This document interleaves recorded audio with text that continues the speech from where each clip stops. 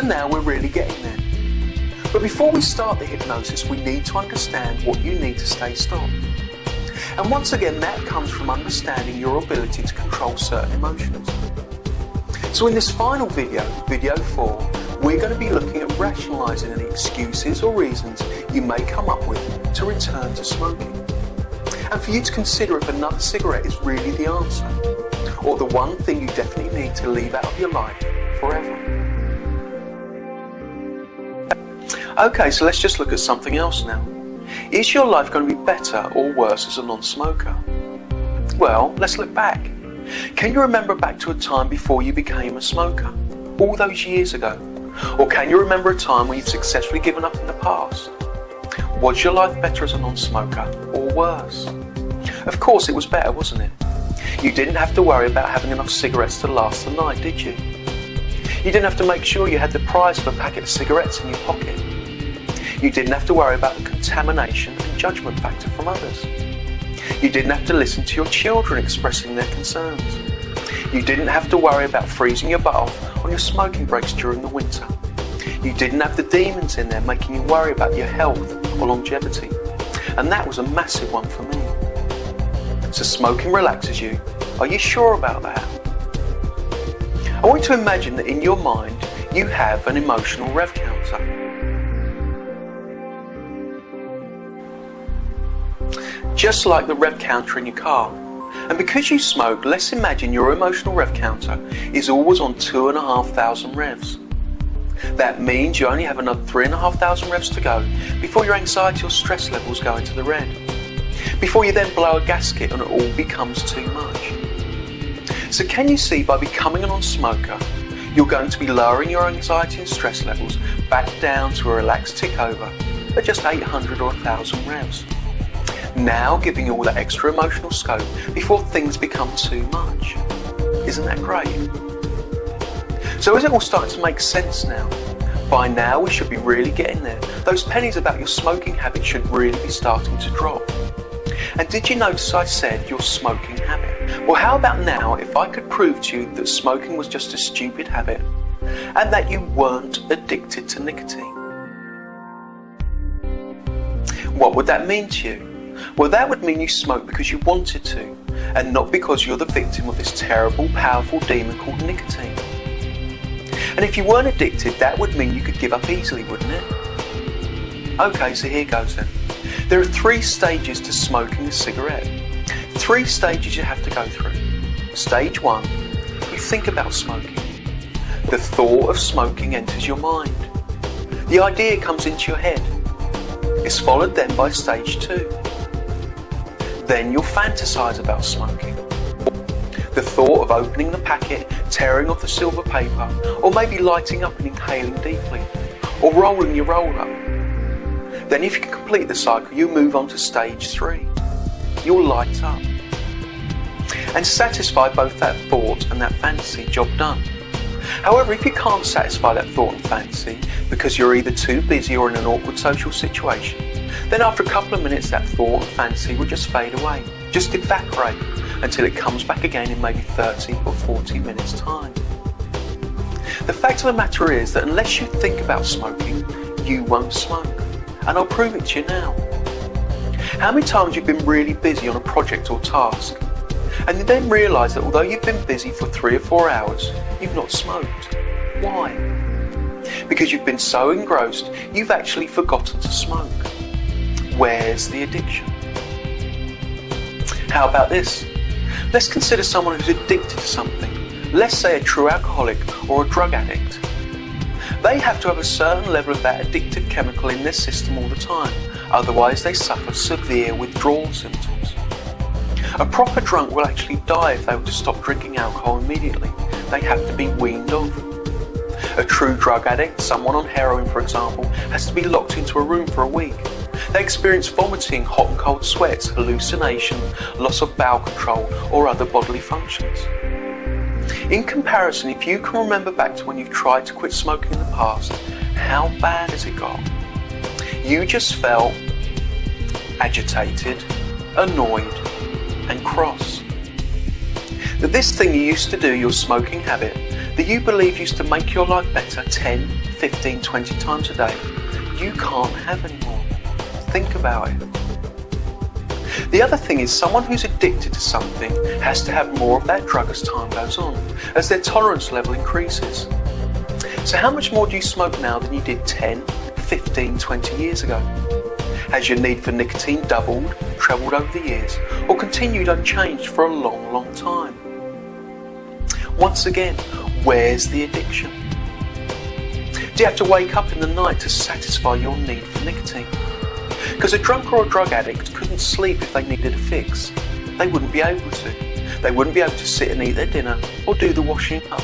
Their body simply wouldn't let them. So once again, where's this terrible addiction? Okay, what about this one?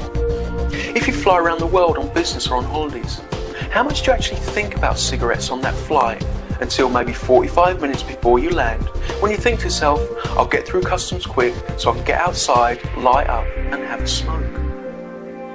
So until the thought enters your mind, where's your desire to smoke? Where's your addiction to nicotine? Let's face the facts here. You are not addicted to nicotine. Because if you were, all the nicotine replacement products would work. The gums, the patches, the Zybans and Champix would all have you sorted, wouldn't they? The reason they haven't worked for you is because you're not addicted to nicotine. You just have this stupid habit that you've had for years and years, that you believe is going to be really difficult to give up, and that you haven't had up until now a good enough reason to quit. I hope you're seeing your smoking habit for what it really is.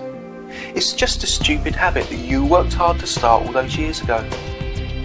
You worked hard to get your body to accept that poison. So if that's what you had to do to start, what's the big deal now then, if to give up you have to go the other way? And maybe suffer at worst a few days of agitation to reverse that process. What's the big deal really? And that is really as bad as it can possibly get. For the majority of people, once they've been through this treatment, they suffer no withdrawal at all. For some, they may think of smoking a few times and that's it. For a very few, they may experience some agitation for a few days as their body adjusts and they overcome the habitual aspect of smoking. That's it, as bad as it's going to get. No vomiting, no hallucinations, no shakes. At worst, just a feeling of agitation. Once again, I want you to remember back to the timeline experiment and to those hard times in your life. In comparison, how difficult could becoming a non-smoker really be? I think the addictive habitual part of smoking is this, and we need to do another small experiment to demonstrate this. So I want you now to pretend to take a massive drag on a cigarette and then hold it down. We'll do it together so you don't feel stupid. So just get a pen or pencil and now just copy me. So just take your pen or pencil, take a big drag down, hold it down, and then just exhale slowly. So,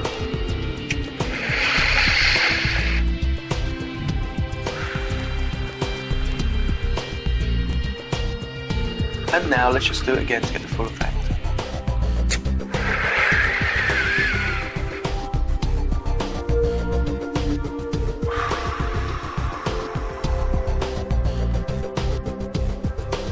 Did you notice that hit behind your eyes? Yes?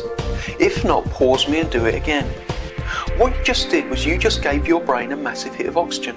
No nicotine, no chemicals, just a natural hit of oxygen.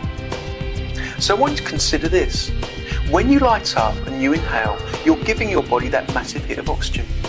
You then spend the rest of the time it takes to smoke that cigarette, reflecting on what you're going to be doing next in your day. Smoking gives you the excuse to take a break.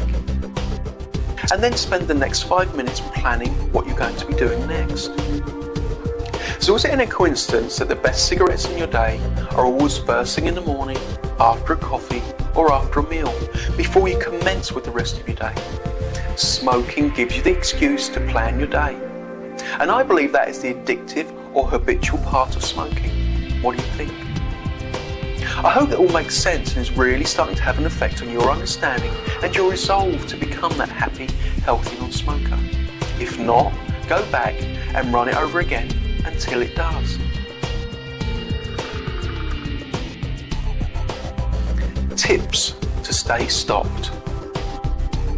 Right, now I want to discuss with you a couple of important points. Because after you've actually quit, these simple rules will make all the difference between your long-term success or failure. And these are good rules. These are the rules that have allowed me to stay a non-smoker for over a decade now and will ensure that I never go back to it. Rule 1. The fantasy cigarette. The fantasy cigarette is the cigarette or puff you take when you're out. The one you think will make a good night even better.